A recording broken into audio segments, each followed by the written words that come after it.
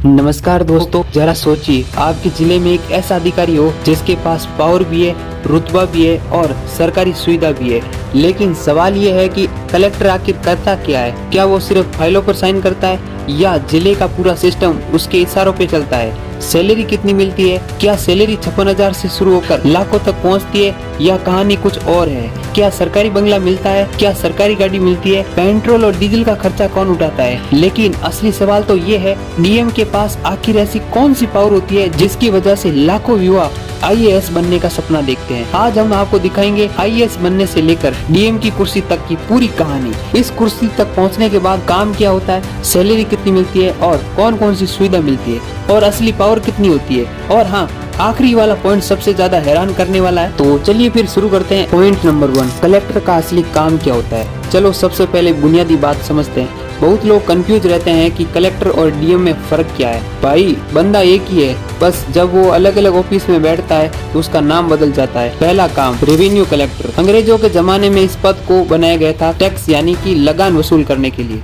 आज भी जिले की जितनी भी सरकारी जमीन है, खेती का रिकॉर्ड है, टैक्स कलेक्शन है, वो इसी के अंडर आता है। उदाहरण के लिए समझिए, अगर आपके जिले में कोई बहुत बड़ा हाईवे बन रहा है और वहाँ किसानों की जमीन का मुआवजा तय होना है तो वो फाइल बिना कलेक्टर के साइन के आगे नहीं बढ़ सकती। दूसरा काम है लॉ एंड ऑर्डर यानी कि डिस्ट्रिक्ट मजिस्ट्रेट। जब यही अधिकारी जिले की कानून व्यवस्था को संभालता है तो उसे डीएम कहते हैं। जिले की पूरी पुलिस, सारे पुलिस थाने और कप्तान यानी कि एसपी साहब भी लॉ और ऑर्डर के मामले में डीएम के साथ मिलकर काम करते हैं। अगर जिले में कोई दंगा हो जाए या अचानक बाढ़ आ जाए तो आधी रात को कंबल ओढ़कर सोने की इजाजत डीएम को नहीं होती। इसे खुद ग्राउंड पर उतरना पड़ता है। जिले का मालिक होना प्रिविलेज नहीं है दोस्त, ये बहुत बड़ी जिम्मेदारी है।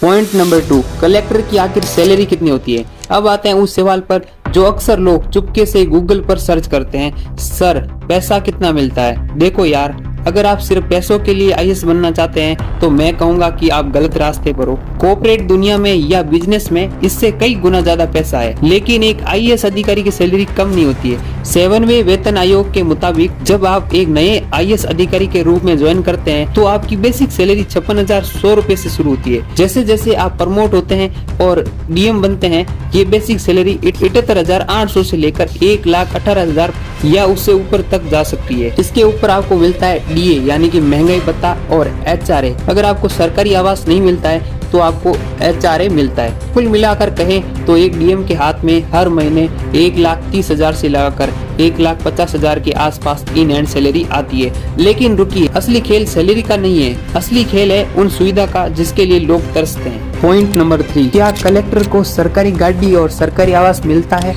या फिर नहीं। चलिए अब आपकी उत्सुकता को थोड़ा और शांत करते हैं। क्या डीएम को आलीशान बंगला और गाड़ी मिलती है? जवाब है हाँ, बिल्कुल मिलती है, और वो भी ऐसी जो किसी राजा महाराजा से कम नहीं होती है। सबसे पहले हम सरकारी आवास की बात करें। जिले के सबसे पॉश इलाके में आमूमन की कई एकड़ों में फैला हुआ एक ऐतिहासिक बंगला डीएम का निवास स्थान होता है। इस बंगले में सिर्फ रहने के लिए जगह नहीं होती, बल्कि आपको एक छोटा सा कैंप ऑफिस भी वही होता है। बंगले की देखरेख के लिए माली, रसोईया, चपरासी और सुरक्षा कर्मी 24 घंटे तैनात रहते हैं। आपको अपनी जेब से 1 रुपए भी देना नहीं। अब हम बात करते हैं सरकारी गाड़ी की। आपको जिले में घूमने के लिए और ऑफिशियल काम करने के लिए शानदार सरकारी गाड़ी मिलती है, जैसे महिंद्रा एसयूवी 700, स्कॉर्पियो या इनोवा क्रिस्टा गाड़ी के साथ सरकारी ड्राइवर होता है। और हाँ, पेट्रोल और डीजल का खर्चा भी सरकार उठाती है। पॉइंट नंबर 4, कलेक्टर को कौन कौन सी सुविधा मिलती है। आपके बंगले का बिजली का बिल, फोन का बिल, इंटरनेट का खर्च, सब कुछ सरकारी खाते से जाता है।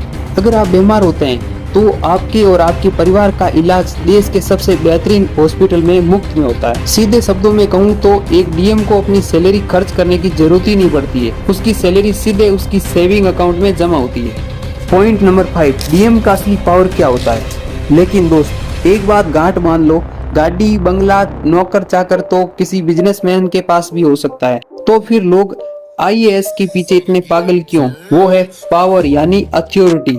एक डीएम के पास वो पावर होती है जो किसी पैसे से खरीदी नहीं जा सकती। उदाहरण के तौर पर देखिए, जिले में कोई बहुत बड़ा भूमाफिया जिसने गरीबों की जमीन पर कब्जा कर रखा है, पुलिस भी उस पर हाथ डालने से डरती है। लेकिन जैसे ही डीएम का ऑर्डर होता है, पुलिस फोर्स के साथ बुलडोजर वहां पहुंच जाता है और चंद घंटों में उस अवैध इमारत को मलबे में बदल देता है। जिले में जितने भी सरकारी विभाग है, चाहे वो बिजली विभाग हो, पानी विभाग हो या अस्पताल हो या स्कूल हो, उन सभी का बॉस डीएम होता है। अगर डीएम अचानक रात के 2 बजे जिले के सरकारी अस्पताल का औचक निरीक्षण यानी सरप्राइज इंस्पेक्शन करने पहुंच जाए और वहां डॉक्टर गायब मिले, तो डीएम के पास पावर है कि वो ऑन द स्पॉट उन्हें सस्पेंड कर सकता है। सीआरपीसी की धारा 144 लगाना हो, तो जिले में कर्फ्यू लगाना हो या किसी इमरजेंसी में सेना को बुलाना हो, ये फैसला सिर्फ और सिर्फ डिस्ट्रिक्ट मजिस्ट्रेट का होता है। एक जिले में सरकार का चेहरा मुख्यमंत्री या प्रधानमंत्री नहीं बल्कि डीएम होता है। आई होप आपने डीएम के बारे में सब कुछ जान लिया होगा। तो भाइयों और बहनों, ये है एक डीएम यानी कि डिस्ट्रिक्ट मजिस्ट्रेट की असली कहानी।